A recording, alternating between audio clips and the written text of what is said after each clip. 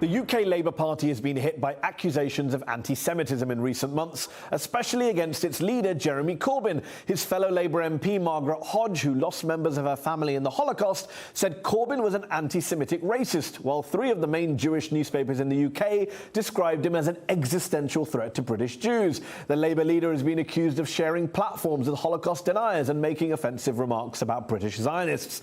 His supporters, though, argue that Corbyn is a lifelong anti-racist and that the attacks against him are smears designed to discredit his strong support for Palestinians and prevent criticism of Israel. So, is the Labour leader really guilty of anti-Semitism or even of turning a blind eye to it?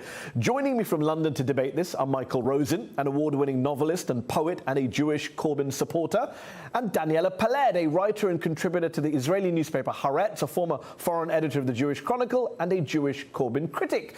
Thank you both for joining me in the arena.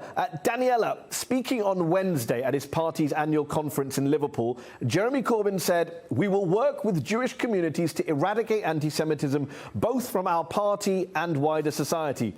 He says there's a problem. He says he's dealing with it. That doesn't sound like an anti-Semite, does it? Mr. Corbyn has not won the confidence, the support of the vast majority of British Jews. And although you can find his supporters have cherry-picked Jewish people who are speaking out in support of him, I've never seen such a consensus amongst this very, very diverse community feeling that Labour is no longer a comfortable place for them. And for our global audience who haven't been following the details of this, how would you sum up, in kind of, if you can sum it up, why the British Jewish community has this consensus that Labour is no longer a comfortable place for them? Well, look, Mr. Corbyn is part of the traditionally far left of Labour, who have quite a binary view of the world, divided up into nice anti-imperialists like Iran, Russia, Assad and Syria, and the nasty Western imperialists like America, Israel, NATO, the EU as well. And in this very binary reading of foreign affairs, Jews end up as white imperialists. And I think this worldview has now become quite dominant in the party.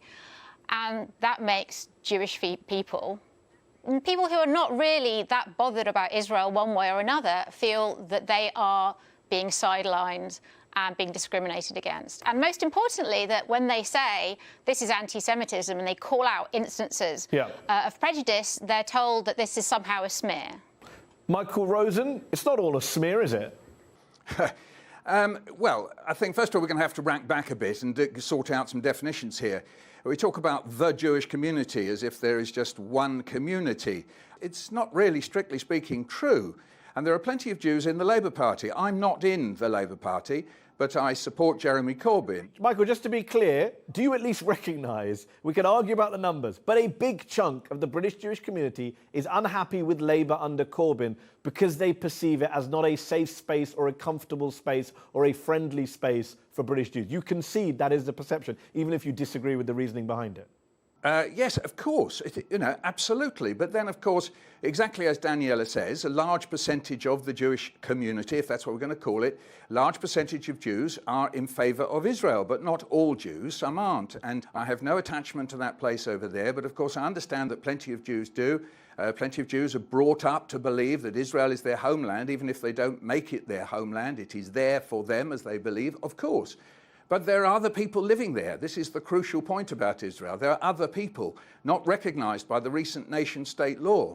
Daniella, how much of this is to do with the Israel-Palestine conflict, with this thorny debate over Zionism, anti-Zionism, when you do have the chief rabbi and the former chief rabbi of the UK both saying that anti-Zionism is a form of anti-Semitism? It does muddy the water when we're trying to work out what is bigotry, what is hatred, what is legitimate political criticism, doesn't it?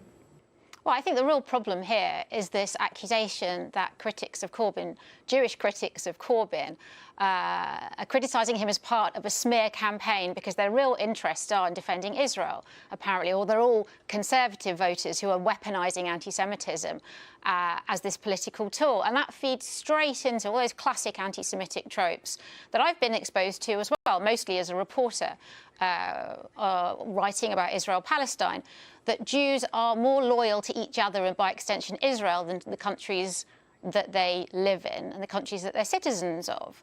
Now, this doesn't... Jeremy Corbyn's comments about Zionists not understanding irony are a classic example of this kind of attitude that I've experienced over and over again. And I think that is the most wounding and the most damaging part of this whole thing.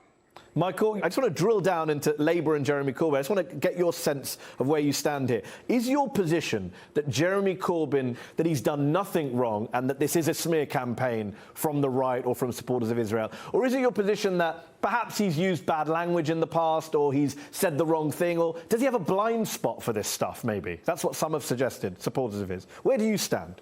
I think the basic mistake, if he has made mistakes, is he hasn't been vocal enough in defying and picking back, if you like, because he's not a linguist.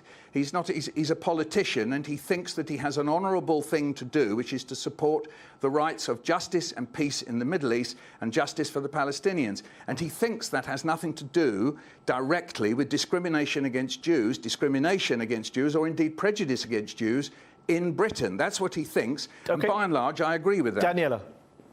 Michael, it would be interesting to know from you then what would be my motivations as a lifelong Labour voter for saying there is a real problem with anti-Semitism in Labour. Am I part of the smear? Am I in the part of a Conservative smear or being funded by the Israeli embassy? There are plenty of people who stand up for Palestinian rights and say there is a problem.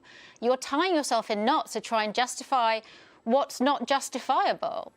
When Boris Johnson made his really rather unpleasant comments about Muslim women looking letterboxes, people dealt with those comments as they were on their merits, or rather their lack of merits. No one was saying this is part of a left-wing conspiracy trying to derail a potential government led by Boris Johnson. Let's look at what he has said and judge it on its merits, and those merits are very lacking. Well, as it happens, Daniella, I haven't said it's a right-wing conspiracy or anybody's conspiracy sitting here. If some people do, well, you know, they've worked out that maybe there are some relationships between Jews in Britain and Israel and Israelis. I'm not saying that, though what I would say is that the media in this country was very reluctant to point out that there's no allegations of smear. Were most vocal, were most vocal about it, had very important positions and recognised positions in the Conservative Party, all right? And so had those links. And indeed, the ex-chief rabbi was a very fond of Margaret Thatcher. So it's not as if the only agenda these people had in attacking Corbyn was simply So the chief rabbi is making accusations of anti-Semitism because he's a Tory? Well, all I'm saying is that just to not investigate other reasons why people might want to attack a Labour leader is quite important. You remember the last Labour leader we had was attacked for having a father who was a Jewish traitor by a Tory newspaper, the Daily Mail. Ed Miliband, who was the first Jewish leader of the Labour Party, didn't win a majority of Jewish support in 2015, and a lot of the anti-Semitism cases at a local level did turn up on his leadership, on his watch. So some would say it is unfair to put this all at Corbyn's door, the bad relationship between the Labour Party and British Jewish communities. Would you concede that? I think, as I said, I think it's symptomatic of a wider issue, the fact that his leadership has emboldened a section of the far left that has always held these really rather extreme views towards British Jews as being wealthy, as being part of the ruling class, as being capitalists and as being imperialists. And Corbyn has not taken significant action. He hasn't spoken out and he hasn't apologised or made consultations in any kind of Daniella, he has apologised several times. And believe me, I'm not speaking He has apologised several times, though, hasn't he, for making mistakes, for not dealing with this soon enough, and he's now come out this week in the conference and said, we want to eradicate anti-Semitism, we won't tolerate this in the party? He is and clearly... repeatedly, in the House of Commons, supported Jews. Over 20 years, he's supported early day motions, as we call them in the House of Commons here, supported Jews 10 times over the last 25 years. So, you know, he's no... All you're doing, Michael, is you're telling me there isn't a problem. If you were the Viktor Orban, I will say to you that, of course, there is a problem, as there is in the whole of society. I'm repeating, if you like, exactly what John Landsman, the leader of one of the supporting groups, But there are plenty of Jews in the Labour Party. I came from a left-wing Jewish tradition that thought that one of the ways we could deal with our problems in Michael, the just on world the was issue to of the find problem. universal values. Michael, And one of the ways was to join Labour and socialist parties. Michael, just on the issue of the problem, Daniella This idea that the far Daniela's saying you're left is hold on. anti-Semitic is wrong. Daniella is saying that you're denying the problem, and you're saying there's a problem in Labour as there is with the rest of society. Corbyn himself said in a statement recently, anyone who denies that this has surfaced in our party is clearly actually wrong and contributing to the problem. It's not enough to just say, well, everyone's got an anti-Semitism problem and therefore do a bit of whataboutism, is it? I agree, because obviously the Labour Party is founded on universalistic ideas of human rights. It claims to be an anti-racist party. So, of course, Jeremy Corbyn will say, well, we do have a problem if we have any anti-Semites in the Labour Party. There may be anti-Semites out there in society, but it's our job to root it out of the Labour Party. Indeed. So let me ask you this, Daniella, before we finish. What is the solution moving forward for this fraught relationship between British Jews and the Labour Party under Corbyn? Is there a solution, or is it too late? I'm afraid I can't see one right now. I think that there's been a lack of effort to show goodwill, a lack of communication, and I think this extends to a wide range of issues. I have personally more problems with the Labour Party's view on Syria, or on Ukraine and other foreign affairs issues than I do on Israel-Palestine.